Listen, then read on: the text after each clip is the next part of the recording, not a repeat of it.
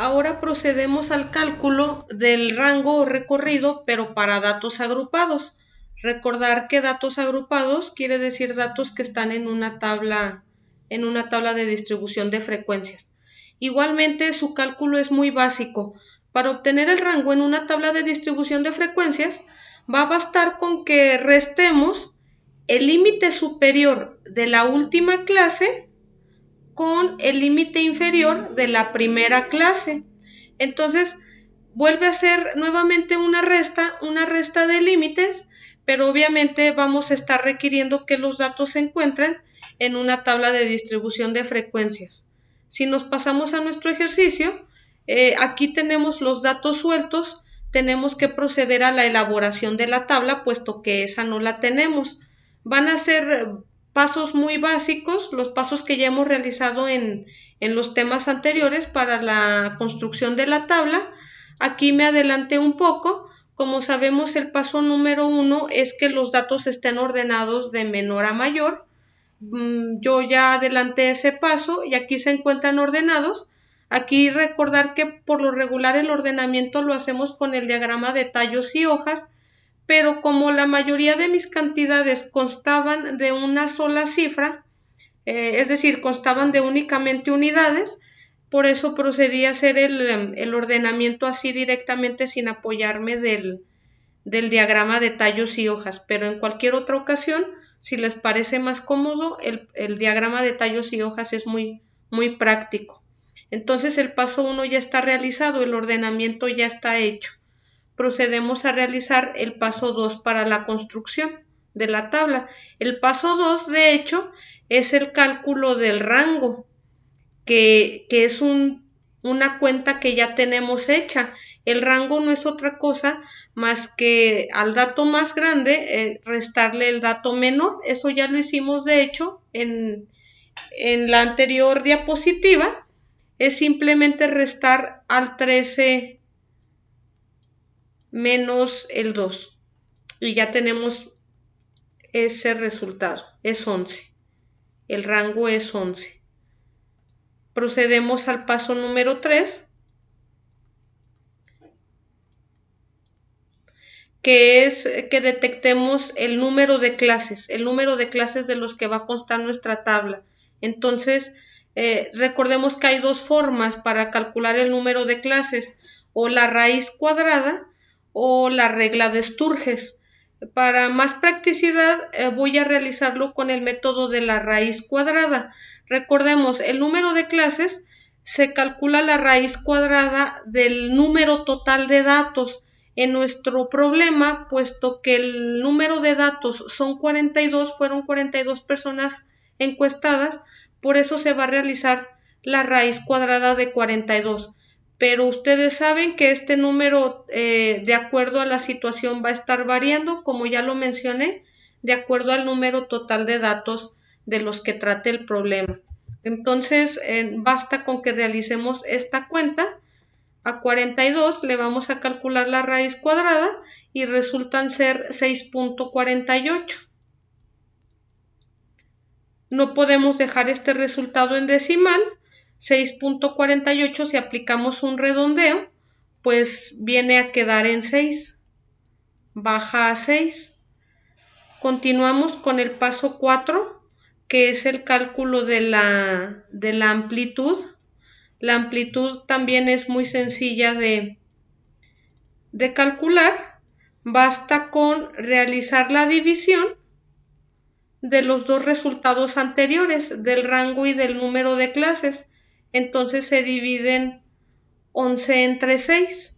Al realizar esta operación, tenemos que el resultado es 1.83. Igualmente, no lo podemos dejar así y al aplicarle el redondeo, 1.8, pues sube a 2. Estos son los primeros pasos para la construcción de la tabla y me voy a empezar a guiar en ellos para empezar a construir mi tabla. Aquí también ya la tengo adelantada, ya están las columnas. Estas por lo pronto están vacías, pero las vamos a estar llenando conforme vayamos avanzando en los siguientes conceptos. Entonces, recordemos, el número de clases se me arrojó que el resultado era 6. Eso quiere decir, yo hice una tabla sobrada, eso quiere decir que vamos a llegar aquí hasta el número de clase 6. Ahora, empiezo a rellenar las columnas de límites. Recordemos, ¿dónde va a empezar nuestra tabla? Pues en el menor de nuestros datos. El menor de nuestros datos es el 2. Aquí va a empezar nuestra tabla. Ahora, tengo que rellenar toda esta columna de límites inferiores. ¿Qué dato me dice de cuánto en cuánto voy a avanzar? La amplitud. Como la amplitud, el resultado es 2, eso quiere decir que aquí me la voy a llevar de 2 en 2. Van a estar avanzando de 2 en 2 cada uno de estos límites. Entonces, el siguiente es 4, 6, 8, 10 y 12. Finalmente tengo que rellenar ahora la columna de límites superiores. Esta, recordándoles un poquito cómo es su llenado. Si aquí mi límite inferior de la segunda clase me está indicando 4, eso quiere decir que me tengo que regresar 1, le tengo que descontar 1 y ahí es donde va a terminar mi límite superior. Entonces aquí va a ser 3. Si se fijan, la clase número 3 inicia en el 6, pues yo me tengo que retroceder un lugar. Aquí va a ser el 5. Y así sucesivamente. Si aquí empieza en 8, pues yo debía haber terminado en 7.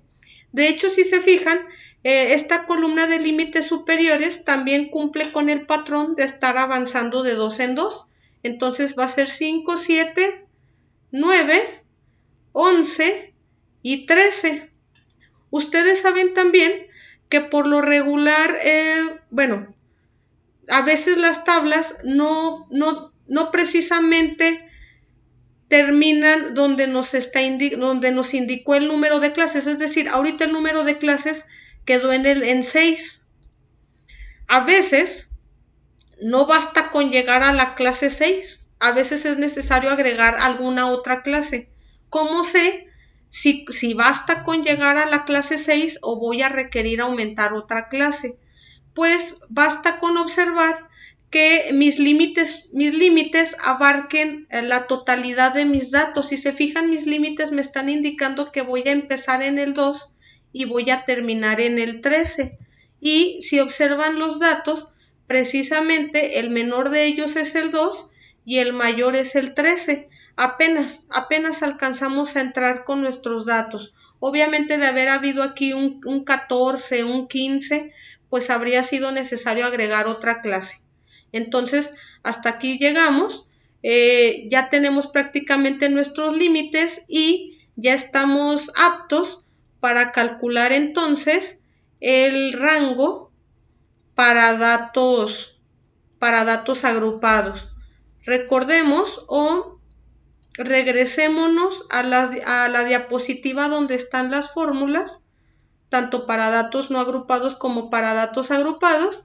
Voy a hacer captura de la fórmula para tenerla a la mano y podamos hacer uso de ella. Entonces, como me está indicando aquí, basta con realizar la resta entre el límite superior. Aquí dice intervalo clase n. Recordemos que está generalizado. Como nuestro número de clases va a estar variando, aquí dice n por generalizar. Pero recordemos que esta cantidad se refiere a la última clase. Entonces, el límite superior de mi última clase es el 13. Y le voy a restar lo del límite inferior de mi clase o intervalo número 1. Entonces, el límite inferior de mi primera clase es el 2. Entonces, 13 menos 2 da como resultado 11. Y aquí termina el cálculo del rango para datos agrupados. De hecho, si comparamos entre el de datos agrupados y datos no agrupados, pues nos podemos dar cuenta que llegamos al mismo resultado.